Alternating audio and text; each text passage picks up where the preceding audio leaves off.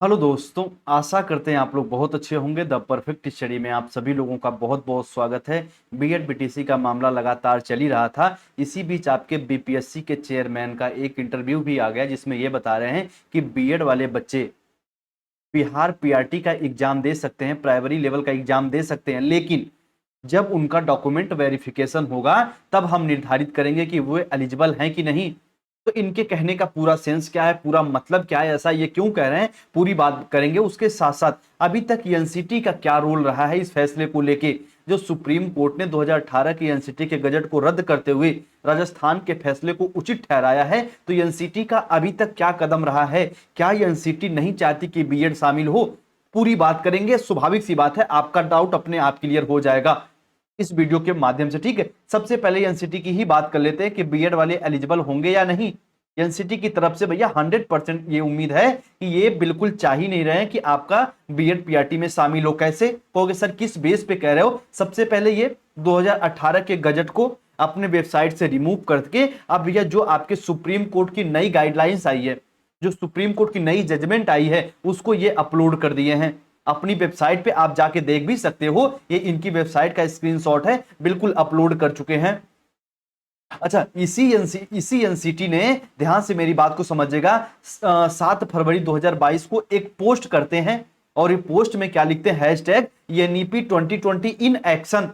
और उसमें ये लिखते हैं कि जो बीएड आपका 2 साल का प्रोग्राम है, उसके सिलेबस को हम लोग एक तरीके रीडिजाइन कर रहे हैं। और रीडिजाइन करने के बाद हम उसको इस प्रकार का सिलेबस बनाएंगे कि भैया वो जो आपका एनईपी 2020 4 लेवल की बात करते हैं, 4 स्टेज की बात करती हैं, उनके लिए बिल्कुल बीएड परफेक्ट हो जाए। और यही एनसीटी अब बिल्कुल इस बात को मान ली कि हाँ भैया, जो बीएड है वो पीआरटी के लिए एलिजिबल नहीं है। तो एनसीटी का कोई बेस नहीं है, बिल्कुल ये एकदम इनका कोई बेस है ही नहीं। ठीक है, इन पे जो कोई बात थोपता जाएगा ये सुनते जाएंगे, तो इनका कोई महत्व नहीं है। इतने पॉइंटों को याद रखिएगा। देखो, ये इन्हीं की वेबसाइट पे ये बिल्कुल पोस्ट है कि हम लोग 2 साल के बीएड के प्रोग्राम को रीडिजाइन करके 4 साल के एक तरीके से जो बच्चे प्राइमरी लेवल के हैं उनके हिसाब से सिलेबस डिजाइन कर रहे हैं। और ये फिर भैया ये सुप्रीम कोर्ट के जजमेंट को मान के उसकी अपने वेबसाइट पे उस जजमेंट को अपलोड कर दिए। तो इसका साफ साफ मतलब है कि ये पीआरटी में बीएड को शामिल नहीं करना चाहते। और इनके जो अध्यक्ष हैं, वो चेयरपर्सन है, उनका इंटरव्यू भी आप सुने होंगे, योगेश जी का। सीधे सीधे बोल रहे हैं कि जो भैया बीएड है, जो अभी नॉर्मल बीएड चल रहा है 2 साल का, वो पीआरटी के लिए नहीं है। आप बीएड करके चारों स्टेज में नहीं पढ़ा सकते। तो ये जो आप सिलेबस डिजाइन कर रहे थे वो कहां गया, इनसे कोई पूछने वाला है नहीं। तो ये सारी पॉइंटें हैं। तो आप जो एनसीटी है, national council for teacher education, इससे कोई उम्मीद नहीं है, ये बीएड को शामिल नहीं करना चाहते। अब देखो जो खेल कहां हो रहा है, बीपीएससी के माध्यम से। बीपीएससी ने फॉर्म भरवा लिया, और फॉर्म अगर आप एग्जाम नहीं लोगे तो बच्चे अपनी फीस रिटर्न मांगेंगे, बच्चे धरना देंगे, एग्जाम होने नहीं देंगे। और जो बिहार गवर्नमेंट है, बीपीएससी पे अपना दबाव बनाइए कि आप एग्जाम कंडक्ट करवाओ। तो ये भी कह रहे हैं भैया हम एग्जाम तो कंडक्ट करवा लेंगे, बीएड वाले बच्चों को पेपर देने देंगे, लेकिन उनका जो सर्टिफिकेट है बीएड का वो मान्य होगा कि नहीं होगा, जब उनका वेरिफिकेशन होगा हम एनसीटी से चर्चा करेंगे। उस समय इनका पूरा इंटरव्यू सुनना, लिंक दे देंगे आपको। हम एनसीटी से उस समय चर्चा करेंगे, उसका एक तरीके सलाह लेके तब हम एक तरीके डिसीजन लेंगे कि बीएड शामिल होगा या नहीं होगा। एनसीटी तो पहले ही अपने वेबसाइट पे सुप्रीम कोर्ट के जजमेंट को अपलोड कर चुका है, इंटरव्यू में पहले ही कह चुका है कि बीएड एलिजिबल नहीं है। तो आप क्या उनसे सलाह लोगे? फिर वही लास्ट में जाके कह देंगे बीएड एलिजिबल नहीं है। अब बीपीएससी तर्क क्या दे रहा है कि जब सुप्रीम कोर्ट का जजमेंट आया उससे पहले तक बीएड वाले एलिजिबल थे, तो हम भैया उनका एग्जाम लेंगे। बात इनकी बिल्कुल सही है, लेकिन ये एक तरीके से फीस को रिटर्न भी नहीं करना चाहते, और ये लास्ट में बीएड वालों को बाहर का रास्ता ही दिखाएंगे। कहोगे किस बेस पे आप कह रहे हो? तो आप यही देख लो ना, जो सीटेट का पेपर 1 था वो तो भैया कैंसिल होना प्रारंभ है, वेबसाइट पे चेंज होना प्रारंभ है।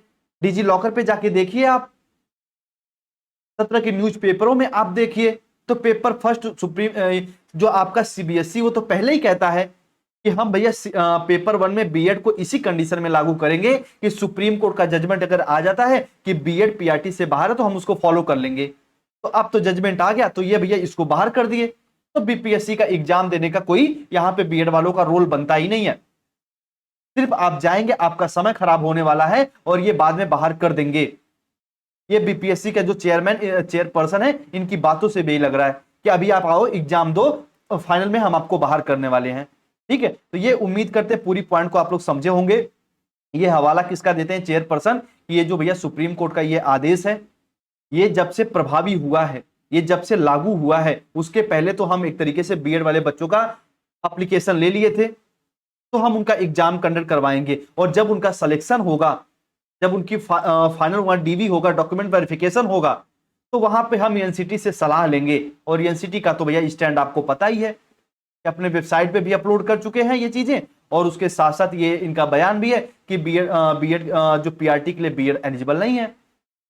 तो ये सारी बातें हैं, उम्मीद करेंगे अब आपको मोटी मोटा आइडिया लग जाएगा कि अब आपको क्या करना चाहिए, एग्जाम बिहार का देना चाहिए या नहीं देना चाहिए। आप अपनी बुद्धिमत्ता पे इसको सोच सकते हैं, समझ सकते हैं, इनकी बातों को सुन के समझ के। ठीक है, चलिए उम्मीद करते पूरी बात को समझेंगे। तो आप ये समझिए पीआरटी में शामिल अब एक तरीके से जब आपका कमीशन ही नहीं चाह रहा है, एनसीटी बोर्ड ही नहीं चाह रहा है, तो इसमें क्या ही किया जा सकता है। आप पूरी बात को यहां पे समझ सकते हैं।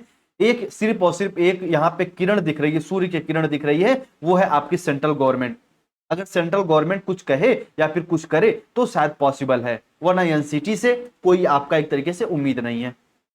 उम्मीद करते हैं पूरी बात को समझेंगे। इतना ये फ्रस्ट्रेट कर दिए बच्चों को कि जो बीपीएससी की तैयारी कर रहे थे वो ये चाह रहे हैं कि हम कैसे भी करके एक तरीके से बीएड में शामिल हो जाएं, पीआरटी में शामिल हो जाएं। जो लोग शिक्षक भर्ती की मांग कर रहे थे यूपी में, अब वो ये मांग कर रहे हैं कि हमको सिर्फ पीआरटी में शामिल कर लो। तो मेन मुद्दा से तो पहले ही सब भटका चुके हम लोगों को। तो उम्मीद करते हैं पूरी बात को आप लोग समझे होंगे, धैर्य बना के रखिए।